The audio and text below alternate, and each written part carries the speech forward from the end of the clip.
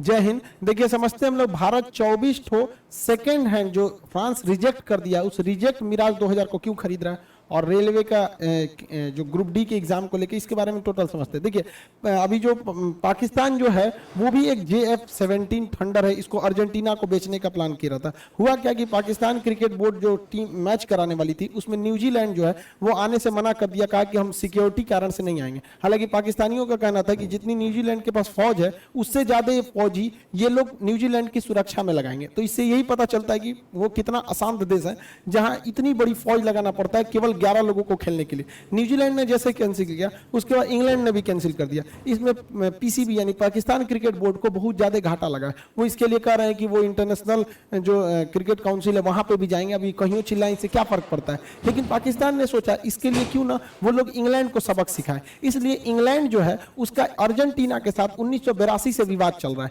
अब पाकिस्तान ने सोचा कि इस विवाद को हम लोग और अच्छा करते हैं, मतलब वो और बढ़ावा चाहता है। तो इंग्लैंड जो है वो अर्जेंटीना से विवाद चल रहा है, तो ये लोग अर्जेंटीना को JF-17 जो थंडर है चाइना के साथ इन लोगों ने मिलकर बनाया। हालांकि ये बहुत एडवांस नहीं है, इतना ही एडवांस रहता तो चाइना के पास ये क्यों नहीं है। ये पाकिस्तान को थमा दिया है चाइना की, लो इसी झुंझुना से खेलते रहो। हालांकि ये उतना एडवांस नहीं है, हाँ नया प्रोडक्शन है, प्रोडक्शन लाइन में नया है, इस वजह से थोड़ा सा वर्किंग में इसका फाइननेस थोड़ा ज्यादा है।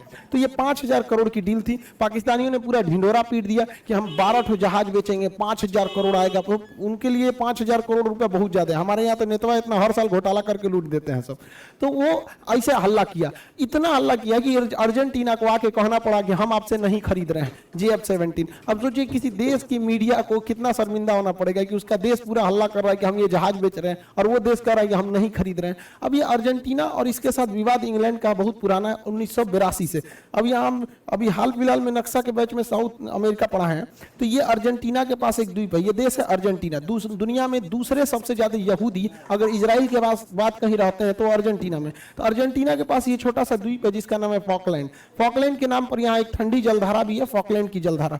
तो इस पर अधिकार है ब्रिटेन का। अब यहाँ से ब्रिटेन यहाँ पर कैसे अधिकार किया है, तो यहाँ पे इस आइलैंड पर उसका शुरू से कब्जा है। अब ब्रिटेन का तो यहाँ डिगो गार्सिया पर भी कब्जा है यहाँ पर, क्योंकि उसने भारत को आजाद किया, डिगो गार्सिया को नहीं किया। फ्रांस का यहाँ रियूनियन द्वीप पर अधिकार है। तो ऐसे बहुत सारे लोग पे सब बहुत कब्जा करके रखा है। तो 1982 में अर्जेंटीना ने क्या किया, इस पर युद्ध कर दिया और कहा कि ये मेरा होगा।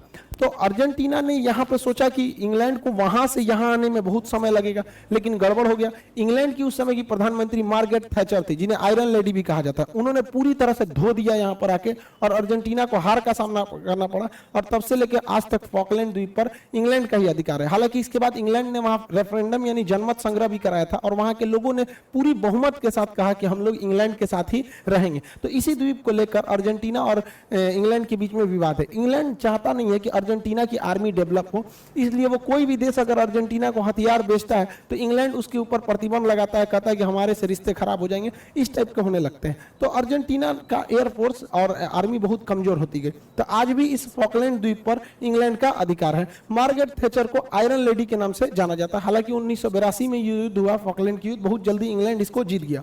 अब अर्जेंटीना जो है वो किसी देश से अगर टैंक खरीदने जाएगा तो इंग्लैंड उस पर कहता है कि अगर उसको बेचेंगे तो हमसे रिलेशन खराब होगा। इस वजह से अर्जेंटीना की एयरफोर्स बहुत ही कमजोर हो गई। तो उसको चाहिए था एयरफोर्स के लिए लड़ाकू जहाजें। अब कोई देश तैयार नहीं, अमेरिका, ब्रिटेन, फ्रांस, ये सब एक दूसरे के एलाइज हैं, ये देने को तैयार नहीं थे।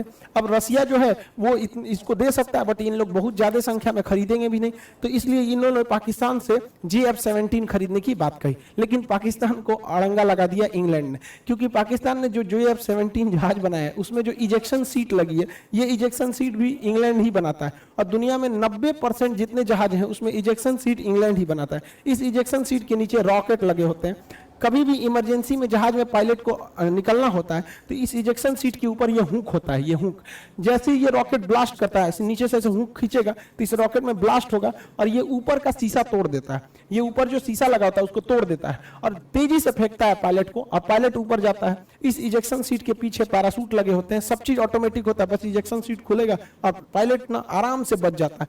हजारों लोगों की जान इन्होंने इजेक्शन सीट से बचाई है। तो जो भी देश अगर इंग्लैंड अर्जेंटीना को जहाज बेचता है तो इंग्लैंड की कंपनी कहती है कि भाई उस देश को बेचोगे तो हम इजेक्शन सीट ही नहीं देंगे। अब इसमें फंस गया पाकिस्तान के पास, तो चाइना कह रहा है कि हम अलग से इजेक्शन सीट बना देंगे, तो अर्जेंटीना कह रहा है सोच आप चाइना का इजेक्शन सीट लेंगे और तो आधा से ज्यादा फंस जाएगा, उसके पायलट की जान जा सकती है। अतः यह भी डील रद्द होता दिख रहा है। रही बात भारत की, तो भारत फ्रांस के साथ 24 सेकेंड हैंड भी नहीं है, फ्रांस की जो सेना है वायुसेना, वो अपने बेड़े में से 24 मिराज 2000 जहाजों को रिटायर करके अब हटा रही है स्क्रैप पार्ट में।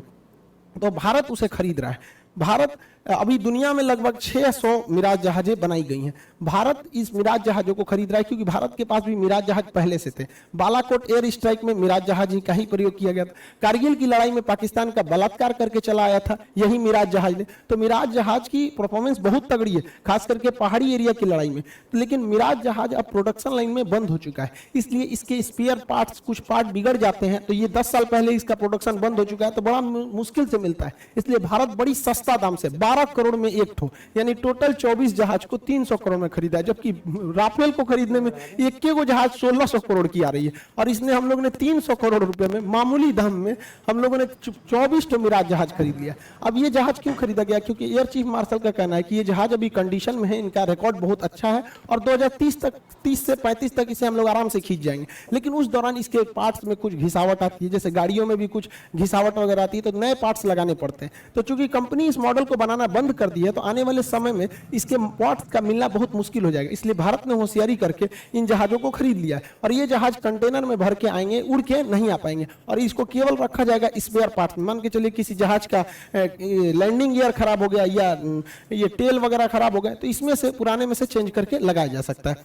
जैसे इसके अंदर जो भी प्रोडक्शन, ऐसे इसके स्पेयर पार्ट्स में बहुत सारे पार्ट्स लगे होते हैं जहाजों में। अब जहाज जब कंपनी ने मॉडल बंद कर देती है, तो उसके पार्ट्स मिलना भी मुश्किल हो जाता है। जैसे अभी आप खुद सोचिएगा, नोकिया 1100 का कोई पार्ट्स ढूंढना नहीं मिलेगा, क्योंकि वो बंद हो चुका है मॉडल। सैमसंग का, नोकिया का जो पुराने मॉडल थे 30, 32, 16, 80, ये सब जो मोबाइल चलते थे उस समय का, जो स्क्रीन टच वाला, उसका अगर कोई पार्ट्स बिगड़ जाएगा, अब नहीं मिल पाता है मुश्किल से, तो एक ही रास्ता है, दूसरे मोबाइल में से निकाल के दुकानदार आपको लगा देता है, उस पहले से रहता है। इसलिए भारत 24 जो जहाज खरीद रहा है उड़ने के कंडीशन में नहीं है, केवल इसलिए खरीद रहा है कि उसके स्पेयर पार्ट्स लगाए जा सके, क्योंकि जब मॉडल नंबर बंद हो जाता है तो बड़ा मुश्किल से वो चीज मिलता है। आपको एग्जाम्पल पे समझाते हैं।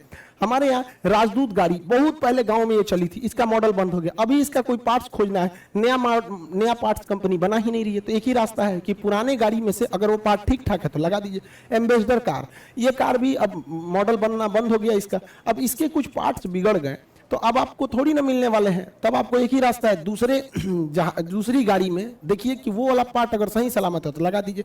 हम लोग के साथ यही समस्या होने वाला है। भारत का सबसे बड़ा स्ट्रेटेजिक एयरलिफ्टर जो था C-17 ग्लोब मास्टर, हम लोगों ने इसे 15 से भी ज्यादा संख्या में खरीदा अमेरिका से। बहुत बेहतरीन जहाज है, लेकिन गलती क्या हो गई कि 2015 में बोइंग ने इस मॉडल को बनाना बंद कर दिया। अब देखिए 2015 में इसको जब बंद किया गया, तो अभी तो इसके पार्ट्स इजीली अवेलेबल हो जाएंगे, क्योंकि दुनिया में बहुत देशों के पास ये जहाज अवेलेबल। लेकिन इन जहाजों की लाइफ काफी लंबी होती है, 50 साल 60 साल ये लोग चलते हैं। तो आप सोचिए, अभी 2015 में बंद हुआ है, लेकिन 2050 में अगर इस जहाज की हमको कोई पार्ट्स की जरूरत पड़ी, सपोज कि इसका साइड का ये विलनेट उड़ गया हो, या फिर एक इंजन में प्रॉब्लम आ गया, कोई एक पार्ट्स बिगड़ जाए, तो आने वाले 50 साल में कंपनी थोड़ी ना उतना बना के बची रहेगी। बोइंग तो कहती कि भाई मॉडल ही बंद हो गया, अब बड़ी मुश्किल से मिलेगा, या फिर 2 महीना वेट कीजिए। 2 महीना वेट कीजिएगा तो 2 महीना इसको ग्राउंड करके रखिए। तो वही कंडीशन, तो भारत आगे भी यही करेगा। क्या करेगा कि अगर कोई देश अपने C-17 को अगर रिटायर करेगा, तो भारत उसको कबाड़ के तौर पे खरीद लेगा कि इसमें से निकाल के उसमें कस देंगे। इसी को कहा जाता है देसी जुगाड़। इसमें कोई गलत बात नहीं है, हम लोग हमेशा से देसी जुगाड़ करते हैं। हमारे यहाँ भी कोई चीज बच हो जाता है तो आदमी कबाड़ में रख देता है, अरे कोनो दूसरा चीज में आदमी लगा देगा वहां। जिस तरह ये कंपनी अपना मॉडल नंबर बंद कर देती है पुराना समझ के, उसी तरह भारत में एसएससी और रेलवे एग्जाम का फॉर्म निकाल देते हैं, पैसा ले लेते हैं, उसके बाद एग्जाम डेट निकालने के टाइम पे ये मॉडल नंबर की तरह एग्जाम डेट बदल देते हैं। इसके लिए स्टूडेंट्स को, टीचर को कैंपेन चलानी पड़ती है। अब कल ग्रुप डी के एग्जाम के लिए कैंपेन चलेगा। अब ट्विटर पे ये पहला देश बनते जा रहा है, डिजिटल इंडिया का यही फायदा है, hashtag railway group D exam date. अब भाई एग्जाम डेट मतलब एनटीपीसी का लड़के एग्जाम डेट लिया गया, अब उसके एनटीपीसी का तो हो गया, अब ग्रुप डी का लिया जाएगा। बहुत जल्दी ग्रुप डी का भी हो जाएगा। हालांकि देखिए हम लोग ये जो 27 तारीख का डेट डिसाइड कर दिया गया, ये अचानक डिसाइड हुआ है, लेकिन फिर भी जब आप स्टूडेंट रहेंगे तो हम टीचर लोग को तो इंडिया के सारे टीचर्स तो आएंगे ही आएंगे, लेकिन हाँ फिर भी एक चीज ध्यान से रखिए कि डेट डिसाइड करने से पहले ग्रुपिंग बना लीजिए लोग, सारे लोग मिलकर कि हम लोग को इस दिन कैंपेन करना है। ऐसा नहीं कि हाँ इस दिन कैंपेन करना, आप भी साथ दीजिए, आप भी साथ दीजिए, इस तरह से नहीं होता है। रीजन क्या देखिए, अभी मोदी जी विदेश से जस्ट आए हैं, अब कल पूरी मीडिया चर्चा करेगी मोदी जी इस रंग का कपड़ा पहने थे, ऐसे रंग का कंबल ओढ़े थे, ऐसे छाता लगाए थे, ऐसे 3 बार नीचे उतरे हैं, चाय पिए हैं, बिस्कुट खाए हैं, सोने गए हैं, रजाई ओढ़े, इसी सब में मीडिया इस चीज को निकाल दे। इसलिए हम लोग को डेट डिसाइड करना है, तो 27 तारीख को तो हम लोग करेंगे ही करेंगे। साथ ही 2 अक्टूबर गांधी जयंती है, तो उस दिन भी हम लोग अगर इसको करेंगे तो गवर्नमेंट का ज्यादा ध्यान जाएगा वहां पे। तो कोशिश करना चाहिए कि पहले प्लानिंग करें कि हाँ इस दिन करना है, ना कि प्लानिंग करने के बाद सोचे कि सब लोग आए। लेकिन कोई बात नहीं, इतनी संख्या ही है, आजकल पढ़े लिखे लोगों की कोई कमी नहीं है, सारे लोग इस ट्विटर कैंपेन को सक्सेस बनाएंगे। और अगर सरकार सुन लेती है 27 तारीख को तो बढ़िया है, नहीं तो 2 अक्टूबर को हम लोग फिर करेंगे, इसको छोड़ना तो नहीं है। और वैसे भी आप लोग भी समझते हैं इस चीज को, इस साल के लास्ट तक, अक्टूबर लास्ट या नवंबर तक में तो सरकार को एग्जाम लेना ही पड़ेगा। और आप लोग भी पढ़ाई मन से कीजिएगा, क्योंकि एनटीपीसी के एग्जाम में बहुत से लड़के हमारे पास आए थे, वो कहते कि सर हम लोग क्या करें कि यहाँ होपलेस हो गए थे लोग कि एग्जाम लेगा कि नहीं, और अचानक डेट दिया तो तैयारी भी नहीं थी। आपको कैंपेन भी करना है, आपको ट्वीट भी करना है, हम सब लोग ट्वीट करेंगे, लेकिन बाबू पढ़ाई भी साथ साथ करना है। कैंपेन में आप नहीं आपको कि वो 1857 की क्रांति करना है, आपको मोबाइल से डिजिटल इंडिया है, लेकिन साथ साथ पढ़ाई भी कंप्लीट रखिएगा। पता नहीं क्यों, अगर मान के चलिए ये मौका हाथ से निकला तो फिर रेलवे जानते ही है फिर अटका देगी 5-7 साल, इसलिए इस मौके को भी जाने नहीं देना है। इसको रिवाइज भी अच्छे से करते रहिएगा। एप्लीकेशन पे भी आप लोग को पूरा साइंस के रिवीजन के लिए वहां पे भी व्यवस्था किया गया, पूरा साइंस A to Z आप वहां पे भी एप्लीकेशन पे भी रिवाइज कर सकते हैं। क्लासेज नहीं छोड़ेंगे आप लोग, जहां भी पढ़ते हैं उसको पढ़ते रहिएगा। कैंपेन तो करना ही पड़ेगा। अब तो हमको ऐसा लग रहा है कि ये रेलवे के सिलेबस का एक हिस्सा हो गया है इंडिया में। अब सारे टीचर को ये भी सिखाना पड़ेगा कि भैया देखो तुम सारा सिलेबस खत्म कर लोगे, उसके बाद तुमको एक तो ट्विटर चलाना भी सीखना पड़ेगा। ये गलत बात है, इसको सरकार को भी सोचना चाहिए। चलिए हम लोग इसको सफल बनाएंगे। आई होप आप इसे समझे होंगे। मिलेंगे नेक्स्ट क्लास में। जय हिंद।